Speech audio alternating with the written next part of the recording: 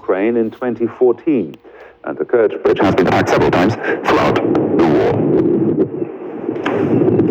Let's go straight to DW's Max Sander in Kyiv. Max, what more can you tell us? Bridge has been attacked several times throughout the war. Let's go straight to DW's Max Sander in Kyiv. Max, what more can you tell us? Right, Gerhard. So the security camera footage has been making the rounds this afternoon, and it is said to show an underwater explosion taking place next to the pillar of the Kerch Bridge. The SBU claims this is part of an operation that they have been planning for many months, and they say they were able to rig the pillar of the Kerch Bridge with the equivalent of 1,100 kilograms of TNT. They say they were able to set this charge off in the early morning hours and damage the pillar, and they say the bridge is in an emergency state at the moment. Now, from judging by the information that's coming out of Russia, the Russians are saying that the bridge was temporarily closed for inspection and later reopened in the early morning hours. Now, how important is this bridge for Russia's war effort? This is a very significant, very prestigious structure. It was opened or inaugurated by President Vladimir Putin in 2018 by Putin himself. This is the largest bridge in Europe, and it connects occupied Crimea with the Russian mainland. It spans about 20 kilometers, which makes it the largest bridge in Europe. This bridge has a train line. There's also car traffic going over it. This bridge is being used to supply Crimea from the Russian mainland, but also the Russian military in Crimea and in occupied territory, which makes it a valid military target in the eyes of the Ukrainians. And in fact, this is not the first time the Kerch Bridge was attacked. This is the third time. It already happened in 22 and 23 with bombs on a truck, with a bomb on the truck in the first instance, and in the second one with the help of sea drones. Now, this is a new way of attacking the bridge, and likely not going to be the last one. Now, what about the timing of this? Ceasefire negotiations between Russia and Ukraine took place just yesterday. That's right. The ceasefire negotiation, the second round, concluded yesterday without any significant outcome, and from a Ukrainian perspective, with the Russians dragging their feet there.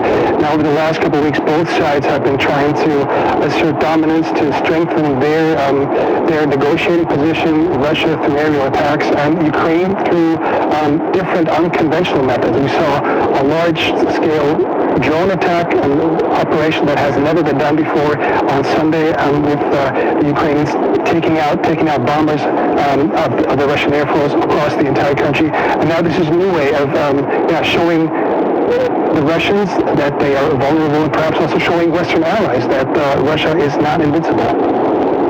Max Sander reporting for us from Kyiv. Thank you very much, Max. We can now speak to Inna Sovsun. She is a member of the Ukrainian parliament and the deputy head of the Holos party. She joins us from Kyiv.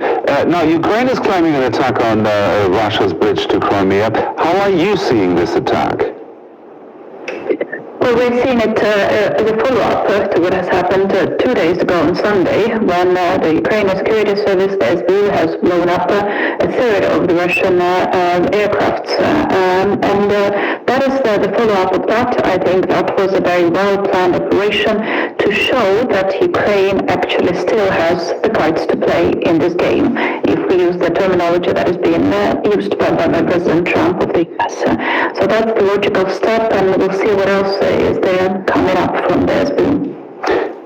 In which way is the timing of this related to the talks going on in Istanbul? Well, from what we know from the security service head himself, the operation in Russia, the one took place on Sunday, that was being planned for 18 months. And the operation that took place today, the blowing up of the Kerch Bridge, has been in preparation for a couple of months. So it was not specifically planned for this specific timing, but of course the timing is important in itself. because it does show that Ukraine's positions need to be taken into account.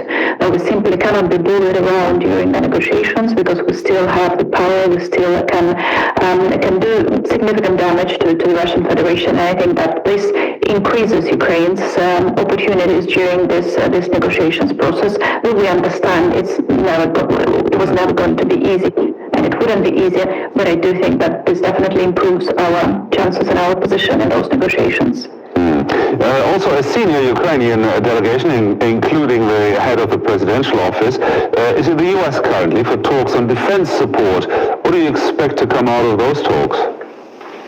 Well, they talk about both defense support and sanctions, and both are critically important because sanctions is the way to undermine Russia's capability to attack Ukraine, and then weapons are important to make sure that Ukraine has the weapons to fight back if it is being further attacked. So both elements are important. It's again not going to be easy negotiations. We do see some improvements in our relations with the DC, with the Trump administration overall. And I do think that the recent operations by the security service definitely helps in that direction.